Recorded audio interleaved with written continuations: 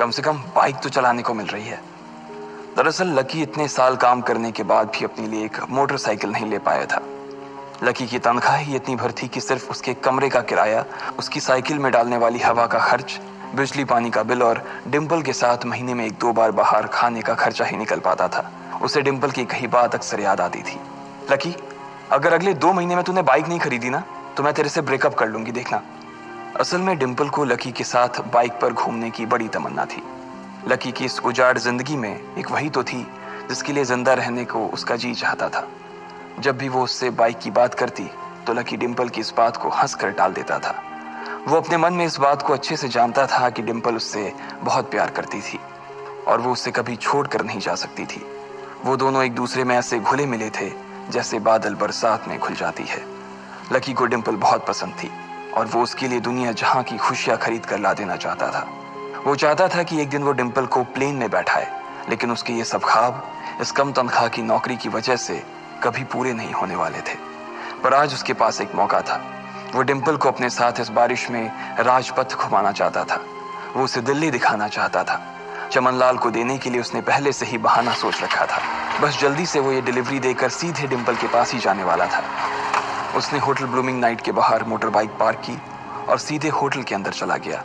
Lucky ने reception पर पहुंचकर नमस्ते करते हुए रिसेप्शनिस्ट को बोला, जी मैं चमन मेडिकल स्टोर से आया हूं, रूम नंबर 303 का ऑर्डर था सर। रिसेप्शन पर खड़ा आदमी उसके हाथ में काली थैली को देखकर समझ गया था कि उसमें क्या था और वो मंद ही मंद मुस्कुराते हुए बोला, 3rd फ्लोर पर है, लिफ्ट से चले जाओ, रेनकोट यहीं उतार देना। जैसा उस आदमी ने कहा लकी ने ठीक वैसा ही किया और लिफ्ट में चढ़ने के कुछ ही देर बाद वो 3रे माले पर पहुंच गया था। वो रूम नंबर 303 के बाहर पहुंचा और उसने डोरबेल बजाई। जैसे ही दरवाजा खुला लकी ने थैली आगे बढ़ाते हुए कहा, नमस्ते, मैं चमन मेडिकल स्टोर से लकी, ये आपका।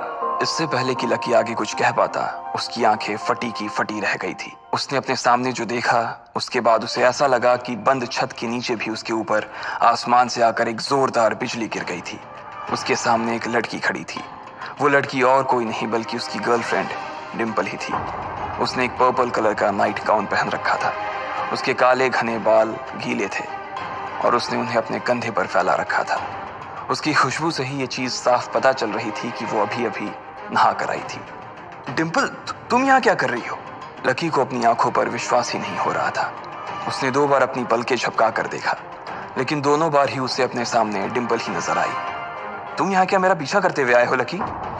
डिम्पल ने उल्टा उसी के ऊपर पलटवार करते हुए कहा। लकी को देखकर उसके दिल की धड़कन भी तेज हो गई थी। उसे उम्मीद नहीं थी कि लकी यहाँ आ जाएगा। उसने ना तो सुबह से उसे फोन किया था और ना ही उसके मैसेज का कोई जवाब दिया था। वो अपने मन में सोचकर बैठी थी कि वो अगले दिन खुद ही उससे मिलकर बोल देगी कि उसकी तबीयत खराब थी। डिम्पल बेबी, क्या हो गया? किससे बात कर रही हो? अचानक से एक गबरू जवान सा लड़का दरवाजे के पास आकर खड़ा हो गया था। उसने बनियान पहन रखी थी। लकी उसे पहचान गया था। साले राहुल के बच्चे, तेरी हिम्मत कैसे हुई मेरी डिम्पल को हाथ लगाने की?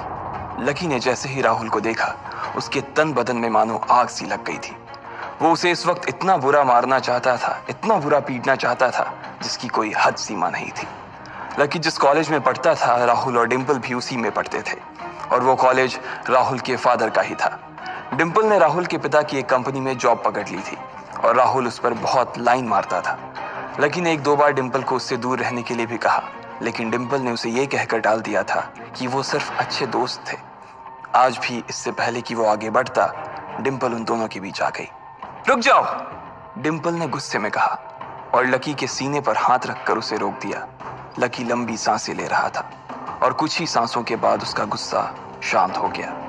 अब डिम्पल के पास भी छुपाने के लिए कुछ नहीं था, इसलिए उसने लकी से कहा, लकी, आज से तुम्हारा और मेरा ब्रेकअप। ब्रेकअप? लकी के पैरों के नीचे से जमीन खिसक गई थी। उसकी आंखें नम हो गईं। लकी को उसकी बातों पर विश्वास नहीं हो रहा था। उसने डिम्पल की ओर देखा और बोला, डिम्पल, हम पिछले 1 साल से एक दूसरे के साथ हैं और तुम हो कि मुझसे ब्रेकअप करना चाहती हो? अरे मैं तो तुम्हारे लिए नई बाइक लेने वाला था। चल रहने दे, आज ही याद आई है तुझे बाइक की। अरे तेरे पास मुझे बाहर घुमाने के लिए, खिलाने पिलाने के लिए पैसे तो है नहीं। तू कहां से लेगा बाइक? और अगर ले भी लेगा तो उसमें पेट्रोल कहां से डलवाएगा? तेरी 8,000 रुपए महीने की नौकरी, उसमें होगा ये सब? लोग हंसते हैं मेरे ऊपर जब मैं सरोजनी में तेरे साथ घूमती हूँ। मैं ऐसी लाइफ नहीं जीना चाहती लकी। मैं तेरी तरह गरीब नहीं रहना चाहती। तूने मुझे फंसाया था, उल्लू बनाया था तूने मुझे, इसलिए मैंने राहुल से मैचअप कर लिया है। आज से यही मेरा बॉयफ्रेंड है, डिंपल ने गुस्से में कहा। अच्छा, तो बेबी ये है तुम्हारा वो बेकार सा एक्स बॉयफ्रेंड? राहुल ने पूछा और डिंपल के बगल में आकर खड़ा हो गया। फिर उसने लकी के हाथ से थैली उठाई और उसमें से हार्ड प्ले का पैकेट निकालकर उसे चिढ़ाने के लिए उसे हवा में लहराने लगा। बाप रे, इससे बदकिस्मत इंसान इस दुनिया में और कौन होगा? राहुल ने उसकी टांग खींचते हुए कहा। लकी के पास उसकी बात का कोई जवाब नहीं था। उसने गुस्से से डिंपल की ओर देखा और अपनी हाथों की मुट्ठी भींच ली। फिर वो वहां से निकल गया। अबे पैसे तो ले जा, सब कुछ फ्री में देता जाएगा क्या? राहुल ने जोर से ठहाके लगाते हुए कहा, लेकिन लकी बिना उसकी बात सुनते ही निकल गया। उसके दिमाग में डिंपल के कहे शब्द गूंज रहे थे। उसने कभी सपने में नहीं सोचा था कि डिंपल उसके साथ कुछ ऐसा भी कर सकती थी। जिस इंसान के लिए वो इतना कुछ करना चाह रहा था, उसे उसकी कोई कदर ही नहीं थी। लकी इतना हताश हो गया था कि बुरी तरह से रोने लगा। इस बार वो लिफ्ट से नहीं बल्कि सीढ़ियों से नीचे उतरा और एक ही एक सीढ़ी उतरने के साथ उसके आंसू आंखों से छलकते जा रहे थे। जब उसकी आवाज सुनकर कुछ लोग अपने कमरे से बाहर आए तो लकी ने तुरंत अपने आंसू पोंछे और तेजी से वहां से भाग गया। उसे जिंदगी में पहली बार प्यार हुआ था और पैसों की कमी की वजह से ना सिर्फ उसका प्यार बल्कि उसकी पूरी जिंदगी बर्बाद हो गई थी। लकी जैसे ही बाहर आया तो उसने देखा कि बाहर अंधेरा हो गया था।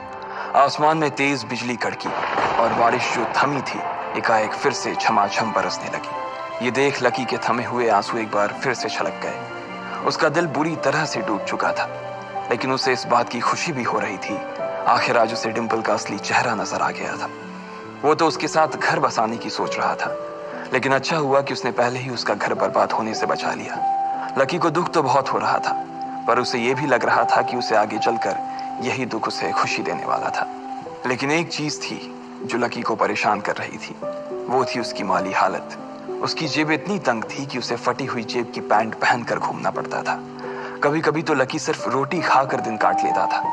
वो कब से कोशिश कर रहा था कि कोई अच्छा काम पकड़ सके, लेकिन उसे कोई काम देने को राजी नहीं था। उसने टूटे हुए दिल को दिलासा देते हुए मन में सोचा कि डिंपल पर खर्च होने वाले पैसे बच जाने से शायद उसके हालत सुधर जाएंगे। पर फिर भी वो रातों रात रईस नहीं हो जाने वाला था। उसने ऊपर आसमान की ओर देखा और जोर से चिल्लाया, अगर इतना ही अनलकी बनाना था तो फिर नाम लकी क्यों रखा भगवान?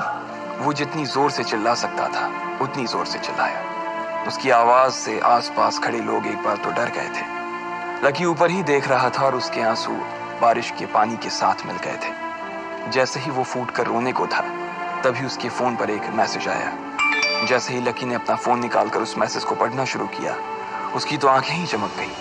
अचानक उसके आंसू हंसी में बदल गए और वो जोर जोर से वहीं सड़क पर नाचने लगा। उस मैसेज में लिखा था, परिवार की रिसर्च और परिवार के निर्णय के हिसाब से अग्रवाल परिवार का वारिस लक्ष्मण लाल अग्रवाल उर्फ लकी ने गरीबी अभ्यास की परीक्षा को पास कर लिया है और आज से ही वो उस जमीन और उस जायदाद का मालिक हो जाएगा जो परिवार ने उसके नाम कर रखी थी। ये एक ऐसा मैसेज था। आखिर कौन था लकी? क्या थी उसकी असलियत? और वो कैसे रातों रात ही अनलकी से लकी हो गया था?